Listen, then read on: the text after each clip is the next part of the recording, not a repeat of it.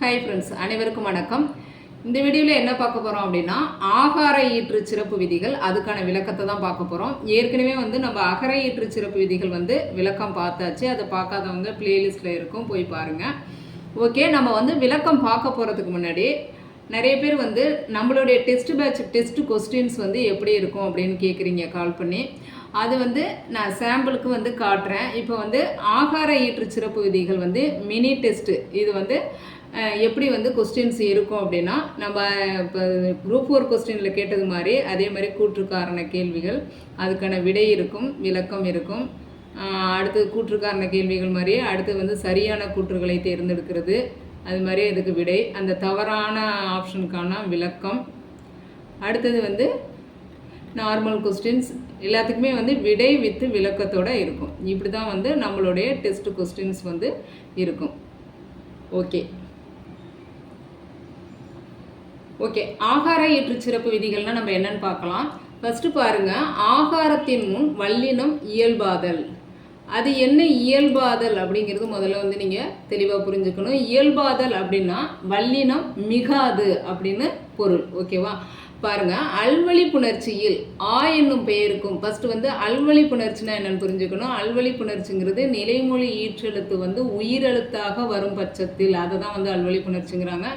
அப்போ ஆ என்னும் பெயருக்கும் மா என்னும் பெயருக்கும் மியா என்னும் முன்னிலை அசை சொல்லுக்கும் இதை நல்லா கவனிக்கணும்.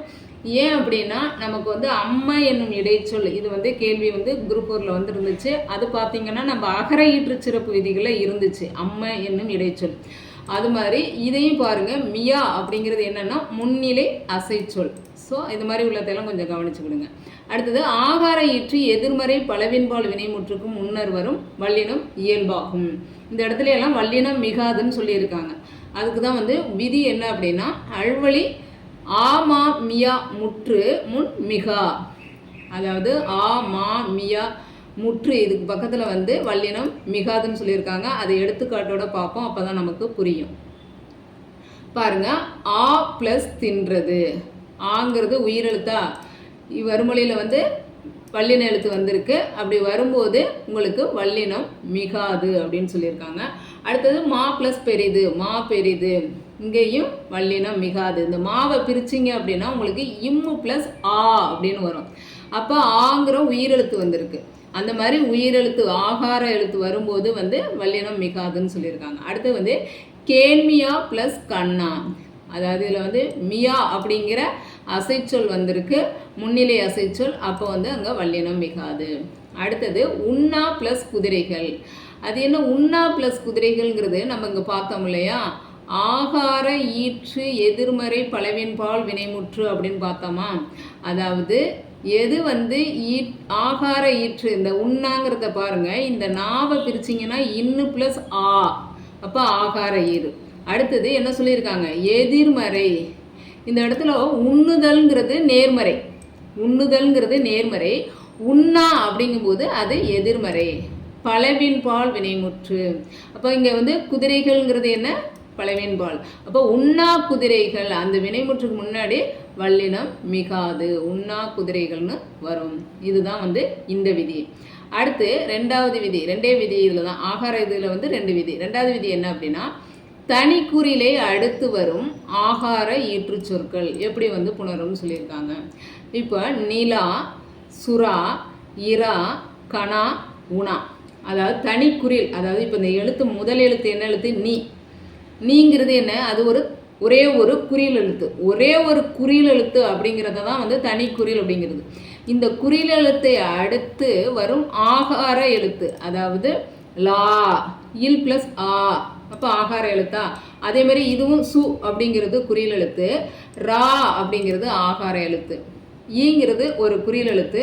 அந்த குறில் எழுத்துக்கு உடனே பக்கத்திலே வரணும், அதான் தனி குறிலை அடுத்து வரும் ஆகார ஈற்று சொற்கள். ஆகாரத்தை ஈற்றிலே உடைய சொற்கள், இத்தகைய சொற்கள் எப்படி வரும் அப்படின்னு சொல்லியிருக்காங்க அப்படின்னா, இறுதியில் உள்ள ஆகாரம், இந்த இறுதியில் உள்ள ஆகாரம் அகரமாக குறுகுதலும். அந்த ஆகாரம் எப்படி குறுகுமா, அகரமாக குறுகுமா, இல்லைன்னா உகரம் பெறுதலும். உகரம் பெற்று, அதாவது ஆகாரம் உகரம் பெற்று வரும், குறுகி உகரம் பெற்று வரும். அப்படி அல்லாமல் இயல்பாகவும் நிற்கும். அதை தான் இங்கே சொல்லியிருக்காங்க. குறியதன் கீழே குறுகளும் அதனோடு உகரம் ஏற்றலும் இயல்புமாம். ஒன்று வந்து ஆகாரம் அகரமாக குறுகும், ரெண்டாவது அகரமாக குறுகி உகரம் ஏற்று வரும், மூணாவது இயல்பாகவும் வரும். 3 விதத்தில் வரும்னு சொல்லியிருக்காங்க. ஃபஸ்ட்டு அதுக்கு எடுத்துக்காட்டு பார்க்கலாம். இங்கே பாருங்க, நிலவிரி காணல்வாய் நின்று. இதில் பாருங்க, நிலா அப்படிங்கிறது தான் நில விரின்னு சொல்லியிருக்கு. இந்த இடத்துல வந்து நிலாங்கிறது எப்படி குறுகிருக்கு, ஆங்கிறது வந்து ஆன்னு குறுகியிருக்கா, நிலான்னு சொல்லாமல் நில. அப்போ ஆங்கிறது ஆன்னு குறுகியிருக்கு, நிலவிரி அப்படி குறுகியும் வரும். அடுத்து பாருங்க, மறுவின் என் செய்யுமோ நிலவு. அப்போ என்ன ஆயிருக்கு இந்த இடத்துல, ஆங்கிறது ஆன்னு குறுகி உகரம் ஏற்று வருது. உகரம்னா ஊ. இப்போ நிலாங்கிறது லாவா குறுகிட்டு அதில் உகரம் ஏற்று வருது, அப்போ நிலவு அப்படின்னு வருது. அடுத்தது நிலா வணங்கும். இது மாதிரி இயல்பாக இந்த இடத்துல வந்து ஏதாவது மாற்றம் இருக்கா, நிலான்னு வந்திருக்கா, அப்போ இயல்பாகவும் வரும் அப்படின்னு சொல்லியிருக்காங்க. இது வந்து ஆகார ஈற்று உள்ள சொற்கள் வந்து தனிக்குறிலை வழி அடுத்து வரும் ஆகார சொற்களில் இந்த மாதிரி மாற்றங்கள் நிகழும் அப்படின்னு சொல்லியிருக்காங்க. அது போக இப்போ எக்ஸாம்பிளுக்கு இப்போ நிலாவில் அந்த மாதிரி மாறும். இப்போ கணா கண்டேன், இப்போ நிலா, இதில் பாருங்கள் நிலா கணா, இந்த மாதிரி சொற்கள்லாம் வந்து குறுகி உகரம் ஏற்று இயல்பாகவும் வரும். இப்போ வந்து நிலவுன்னு வந்திருக்கு, கனவுன்னு வந்திருக்கு, கணா கண்டேன், நிலா இப்படி வந்திருக்கு.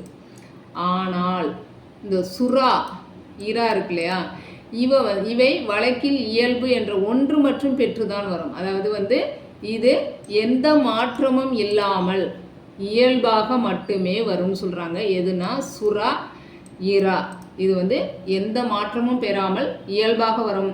ஆனால் அந்த நிலா கணா அப்படிங்கிறதெல்லாம் 3 விதத்தில் மாறும் அப்படிங்கிறத சொல்லியிருக்காங்க. ஓகேவா, புரிஞ்சிருக்குன்னு நினைக்கிறேன். இதான் வந்து ஆகார ஈற்று சிறப்பு விதிகள்.